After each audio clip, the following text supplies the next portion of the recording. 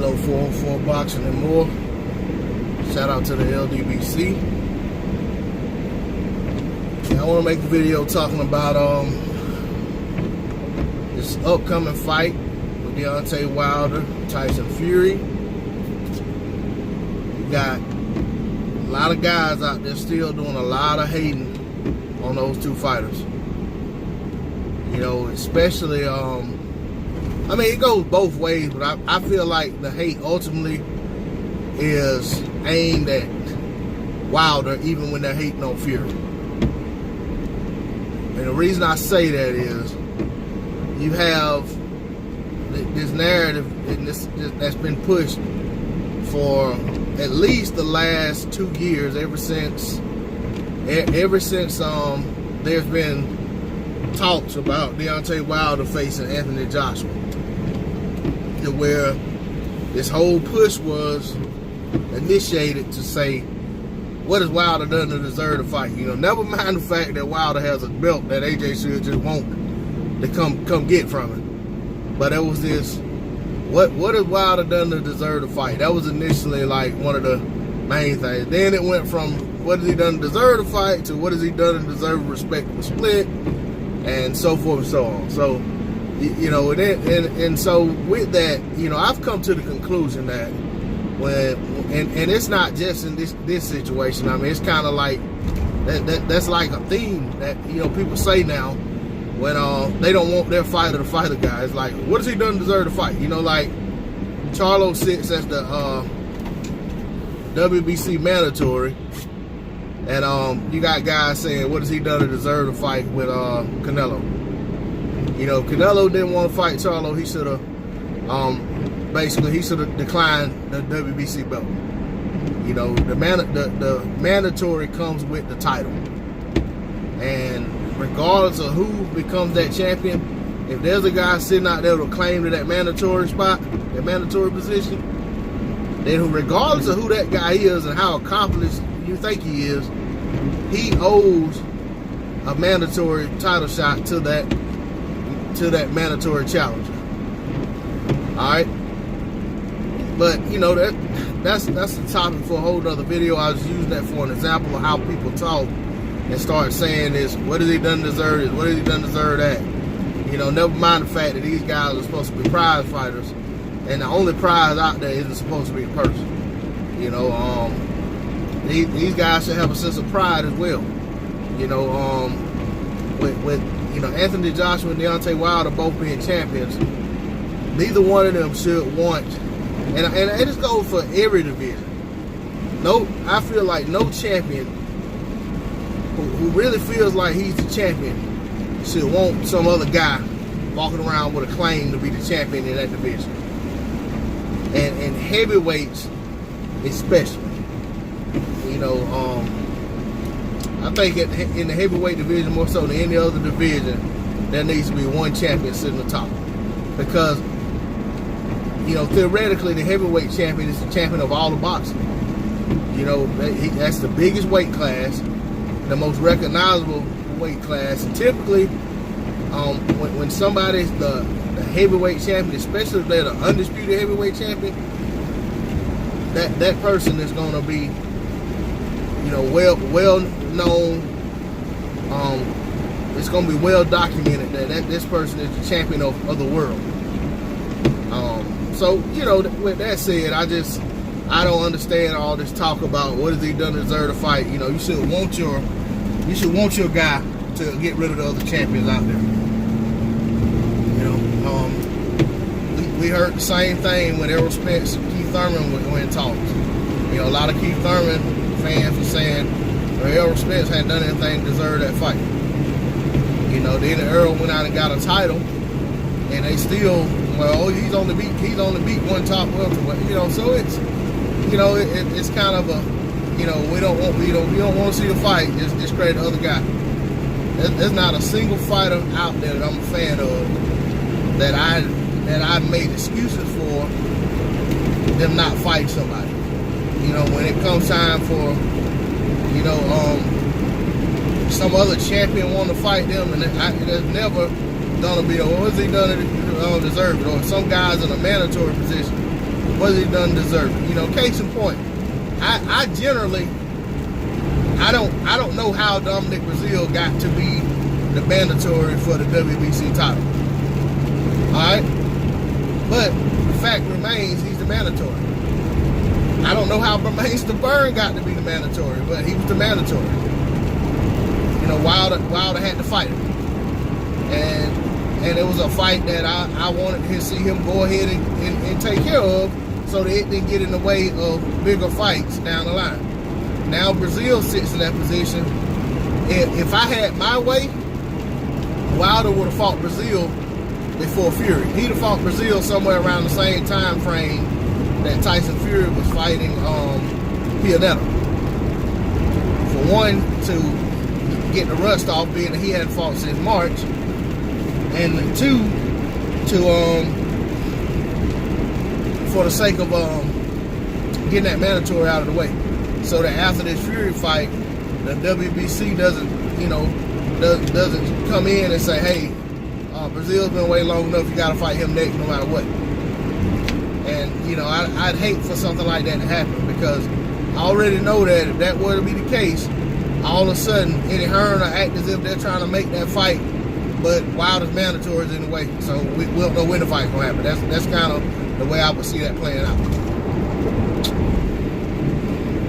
So, you know, back to what I was saying about the hatred. You got fans coming out hating on Tyson Fury big time, talking about, you know, he doesn't he's not the fighter he was. Excuse me. He's not ready. He's this. He's that. It's a whole bunch of putting him down. Now, you know, because he's fighting Wilder.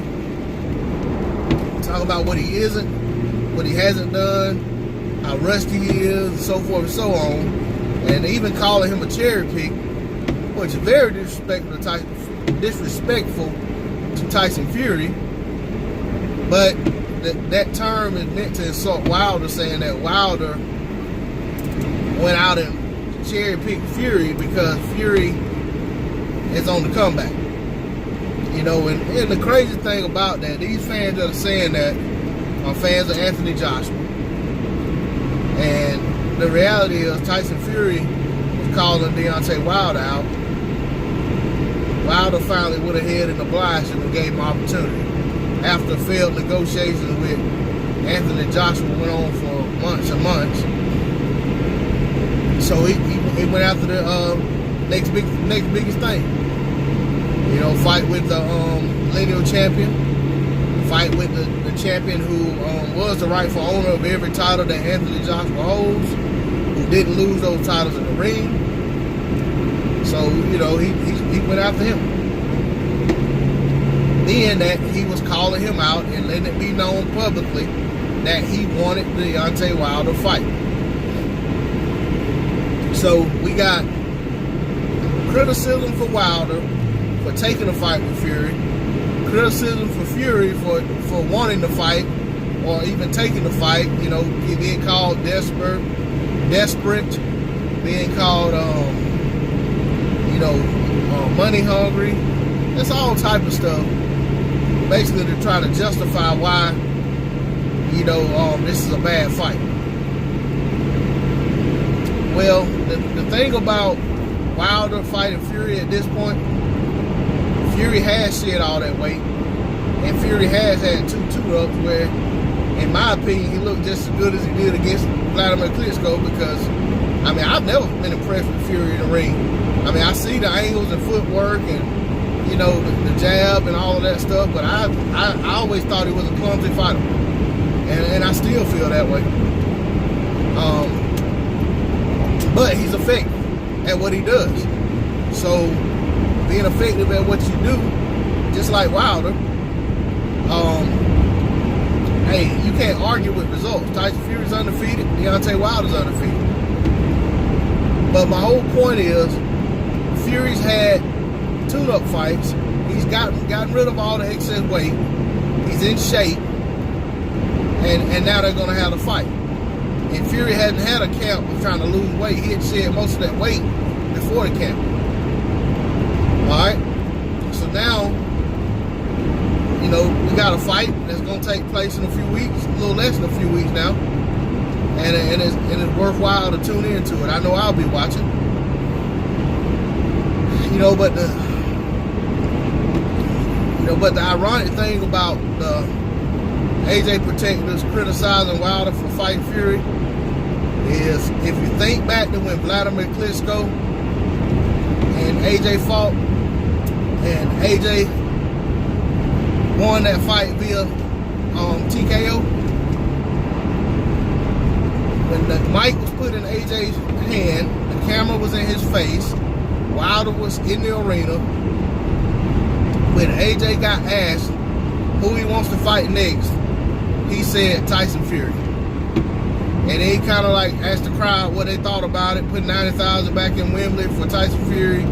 And I think the crowd was in shock that he said Tyson Fury, because at that point nobody had seen Tyson Fury in a boxing ring and going on 2 years.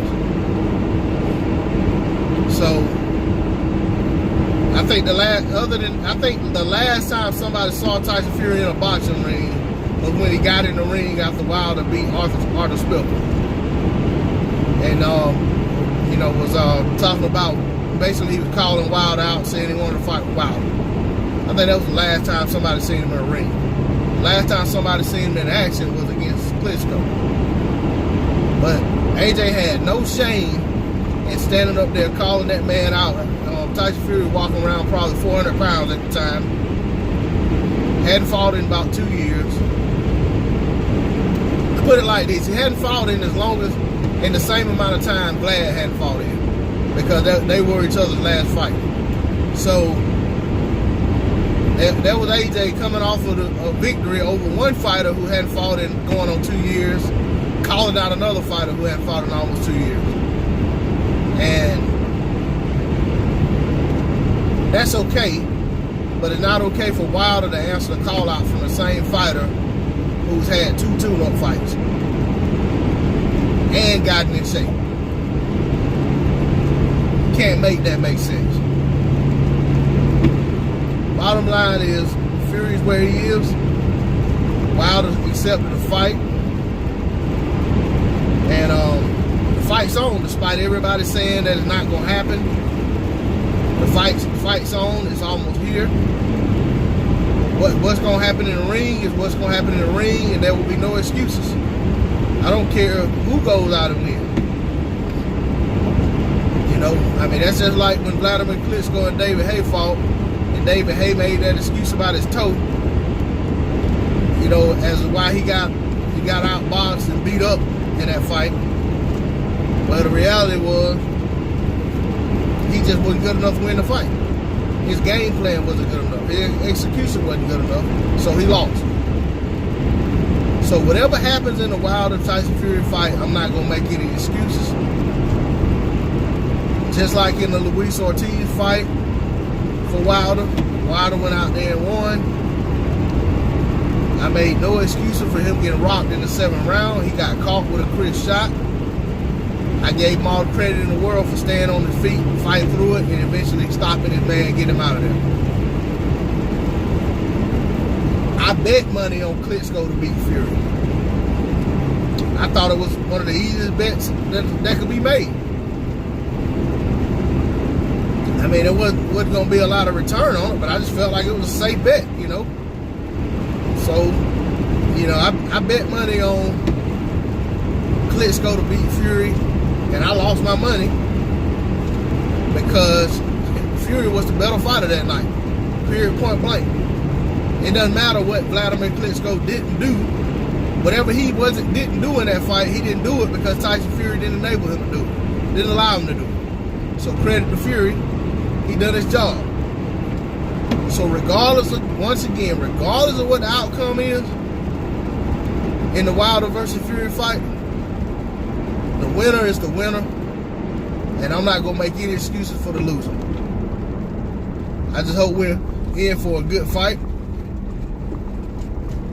and I hope that the fans pack the arena. I hope they do good business on pay-per-view, But ultimately, as fans, we just want to see a good fight. We want to see a good fight with a definitive winner. And you know, want to see and hopefully see the winner of that fight get an opportunity to fight for undisputed. That would be perfect scenario in my book. We see a classic fight, climactic fight, entertaining fight, and then the winner of that fight, when the mic's put in their face, they don't call out some fighter who hadn't fought in 2 years. They don't call out Vladimir Klitschko, or they don't call out Vitaly Klitschko, or call Lennox Lewis out of retirement, or Evander Holyfield, or Mike Tyson. I want them to get on the mic, get on the camera, and call Anthony Joshua out, and then aggressively pursue making that fight. And I want Anthony Joshua's team to do the same. Aggressively pursue making that fight with no other goal being acceptable other than getting that fight done. Because I ultimately believe when two sides want to make a fight, they find a way to make a fight. If you got one side who doesn't really want to make the fight, it won't happen. Shout out to the LDBC. Thanks for viewing my video. If you haven't subscribed to the channel, I ask that you please subscribe. Hit that bell icon. Drop a comment in the comment section and hit that like button for me. I'm out. Peace.